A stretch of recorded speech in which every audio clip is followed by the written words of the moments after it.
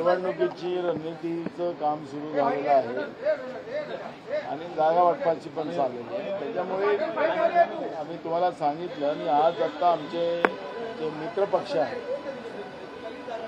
Communist आहे, समाजवादी आहे, या सगळ्या पक्षांच्या प्रमुखाशी सुद्धा चर्चा सुरू झालेली आहे. त्यामुळे ही चर्चा पुन्हा पुढच्या आठवड्यामध्ये आम्ही बसू आणि आमचा प्रयत्न आहे की दसऱ्यापर्यंत हे असं पूर्ण नेता येईल. त्यामुळे त्यासाठी ह्या प्रक्रिया सुरू आहे. विदर्भामध्ये अद्याप कायम आहे, क्रीडाच नाही, 288 लढायचे. विदर्भामध्ये काँग्रेसचा मोठा भाऊ असणार का? ते आता आम्ही त्यांच्याशी चर्चा चालू झालेली आहे. त्यामुळे समजून त्यांना त्या पद्धतीचं मेरिटच्या आधारावर निर्णय घेतला. विदर्भामध्ये काँग्रेसचा मोठा भाऊ असेल. आम्ही सगळीकडेच महाविकास आघाडी मोठा भाऊ राहणार आहे. सगळीकडेच म्हटलं ना, आम्ही 288 जागेवर आम्ही सगळे लढणार आहोत. त्याच्यामुळे आमचा प्रश्न विदर्भ किंवा पश्चिम महाराष्ट्र नाही आणि त्यामुळे हे सगळे वाद कुठंच नाही. वाद ते आमच्या विरोधकांमध्ये आहे. दसऱ्यानंतर यादी येणार. सुशील कुमार शिंदे यांनी सावरकरांची स्तुती केली. मी काय बोलले ते मला माहिती नाही. दसऱ्यानंतर यादी येणार. तुम्ही कॅम्पेन चालू केलंय, सत्ताधारी असं म्हणतायत की लाडकी बहीण योजनेला बदनाम करण्याचं कटकारस्थान तुमच्याकडे चालू केलं. आम्ही आरोप नाही केले, वस्तुस्थिती मांडलेली आहे. सरकार आहे त्यांनी राज्यात किती आणि विधानसभेत प्रश्न विचारलेला आहे. आम्ही हे काही आता लाडकी बहीण आली म्हणून आम्ही विचारला असा प्रश्न नाही आहे. चोराच्या मनात चांदण्या हे सरकारच मताच्या राजकारणासाठी कुठल्याही लेवलवर जाऊ शकतं, या सरकारने अनेकदा दाखवलेलं आहे. पण जे काही आम्ही विधानसभेत प्रश्न विचारले ते अनुत्तरित आहेत. राज्यामध्ये मोठ्या प्रमाणात महिला बेपत्ता झालेल्या आहेत, ते सरकारने पण मान्य केलेलं आहे विधानसभेच्या रेकॉर्डला. त्याच्यामुळे त्या योजनेला बदनाम करायसाठी नाही, यांच्या मनात असं आहे की आम्ही काहीच केलं नाही, आम्ही महाराष्ट्र लुटला, बहिणींना लुटलं, शेतकऱ्याला लुटलं, तरुणांना लुटलं, गरिबाला बर्बाद केलं आणि त्याच्यामुळे एक योजना घेऊन असं जे मटकतात आहेत हे लोक आपल्या भाषेमध्ये, त्यांना आता त्याच्यातही काही नाही. बहिणींनी आता यांना उत्तर द्यायला सुरुवात केलेली आहे. आम्हाला थोडे दिले आणि महागाई वाढून आमच्याकडून लुटण्याला सुरुवात तुम्ही केली, असं उत्तर आता बहिणी द्यायला सुरुवात झालेली आहे. दाजीचं काय, आमच्या मुलांचं काय, हा प्रश्न आता लाडक्या बहिणी विचारायला लागलेला आहे. त्यामुळे यांचं फेल्युअर विरोधकांवर टाकायचं हा प्रयत्न, अयशस्वी प्रयत्न सत्तेमध्ये लोक करतात. 3000 रुपये दिवाळीमध्ये देणार असं अजितदादा म्हणतात, दिवाळीची ओवाळणी म्हणून बहिणींना देणार. मला हे कळत नाही.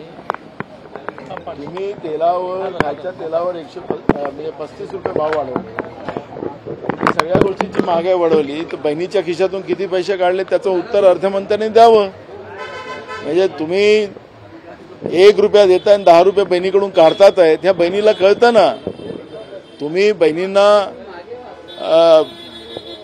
जे काही लॉलीपॉप देण्याचा प्रयत्न करताय त्याच्यात हेच उलटं फसतात आहे. आणि गडकरींनी यांच्याबद्दल सांगितलंच आहे, ते भाजपचे नेते आहेत, या सरकारचा एक भाग आहे. त्यामुळे गडकरी स्वतः बोलले त्यांच्या योजनांच्या बद्दल. त्याच्यामुळे यांची हालत काय यांच्याच पक्षातली लोक सांगतात आहेत. त्याच्यामुळे यांनी किती आपली पाठ आपल्या हाताने ठोकली तरी आता काही तथ्य नाही, यांच्या हातून सगळं निघालं. महाराष्ट्राच्या जनतेने यांना घरी पाठवण्याचा निर्णय केलेला आहे. हे किती सोंग करतील, किती जनतेची आज लूट करायचं जाहिरातबाजीमध्ये यांनी करावं, कारण की यांना थांबवू शकत नाही. यांनी बेशरमी हातात घेतलेली आहे आणि एकीकडे लूट जी माजवलेली आहे जनतेची महागाईच्या रूपानं. त्यामुळे जनता यांना आता घरी पाठवण्यासाठी तयार बसलेली आहे, फक्त निवडणुकीची वाट पाहतात. उदय सामंत यांनी बहिणींकडून रिटर्न गिफ्ट मागितलं के बैठक में आपने छोटे सहयोगी दलों को भी बुलाया है, कहाँ तक बातचीत आ गई है, कब तक खत्म होगी पूरी चर्चा? बहुत जल्दी खत्म हो जाएगी.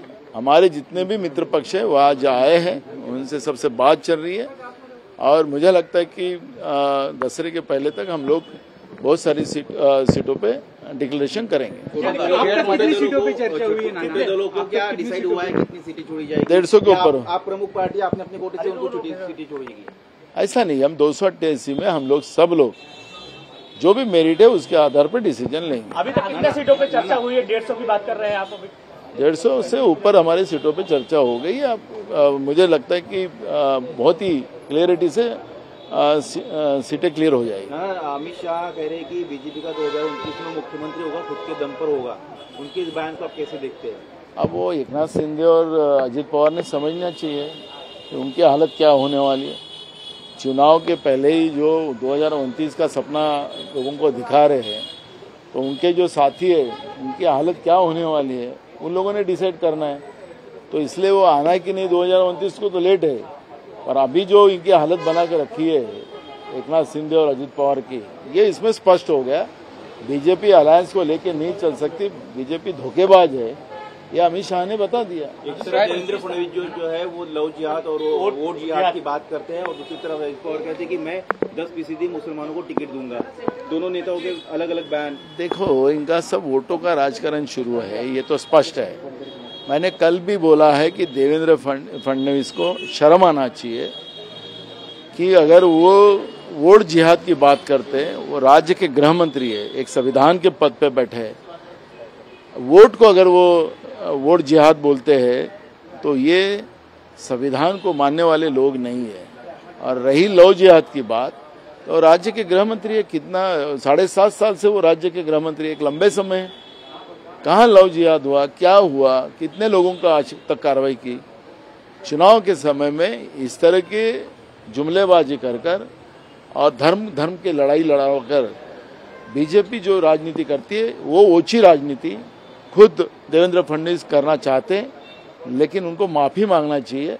एक संविधान के पद पर बैठने के बाद इस तरह का वक्तव्य करना, ये महाराष्ट्र की शौफुल्ला अम्बेडकर के भूमि पर ये कदापि नहीं चलेगा। और इसलिए देवेंद्र फडणवीस ने राज्य की जनता से माफी मांगना चाहिए, ये मांग काँग्रेस पार्टी करती है। उदय सामंतांनी खेळमधील एका कार्यक्रमामध्ये महिलांना सांगितलं की आम्ही तुम्हाला गिफ्ट दिलंय, तुम्ही आम्हाला रिटर्न गिफ्ट द्या पुढच्या महिन्यामध्ये। याकडे कसं पाहता? एक कॅबिनेट मंत्री अशा पद्धतीने जर विधान करायला लाडली बहन योजना को लेकर प्रचार कर रही है, हमने लापता लेडीज की कैंपेन। देखो, हमने विधानसभा में ये प्रश्न हमने उठाया था, और विधानसभा में गृह मंत्री ने खुद कहा कि महाराष्ट्र में लापता महिला है, उसके हम लोग अभी भी जांच चल रही है। अभी तक सरकार ने उसके बारे में बोला नहीं है, रिकॉर्ड पे विधानसभा के हमने कोई आरोप नहीं किया है, ये वस्तुस्थिति रखा है। हमारे पास जो रिपोर्ट है उस आधार पर महाराष्ट्र में 64,000 महिलाएं वो लापता है। सरकार अगर इस तरह की बहनों की अगर चिंता ये सरकार को नहीं है, ये महिला कहाँ पर है इसकी खबर भी अगर सरकार को नहीं है, तो ये सरकार महिला महाराष्ट्र में किस तरह की असुरक्षितता है, छोटे लड़कियों की क्या असुरक्षितता है, इसके बारे में सरकार चिंतित नहीं है। और वोट की राजनीति करते समय में उसी बहना को लाडली बहना बोलते होंगे, तो ये सरकार वोट की राजनीति कर रही है, स्पष्ट है। अनिल अंबानी कल जो है मुख्यमंत्री से भी मिले, उद्धव जी से भी मिले। देखो, वो लोग किससे मिले क्या मिले, क्योंकि उद्योगपति की सरकारें हैं, उद्योगपति मिलेंगे, इनको गरीब आदमी तो नहीं मिलेगा। कल आपने देखा होगा कि सोयाबीन का किसान, उसके सोयाबीन को दाम नहीं मिलता करके वो कल मंत्रालय के सामने में सोयाबीन डाल के गए हैं, उसकी चर्चा होना चाहिए। लेकिन ये सरकार उद्योगपतियों की सरकार है, तो उद्योगपति इनको मिलेंगे। जो किसान आज उसके फसल को दाम नहीं मिलता, उससे ये सरकार से बात करने को भी सरकार शर्माती है।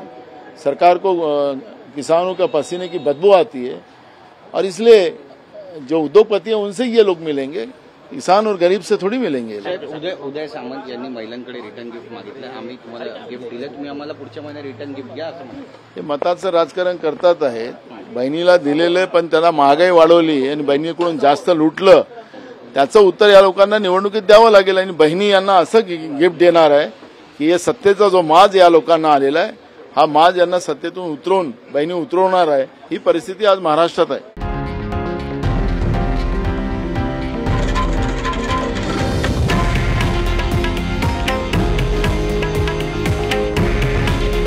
हे आहे देशातील नंबर 1 न्यूज नेटवर्क आणि आपण पाहत आहात TV9 मराठी। काळजी तुमची, हित महाराष्ट्राचं।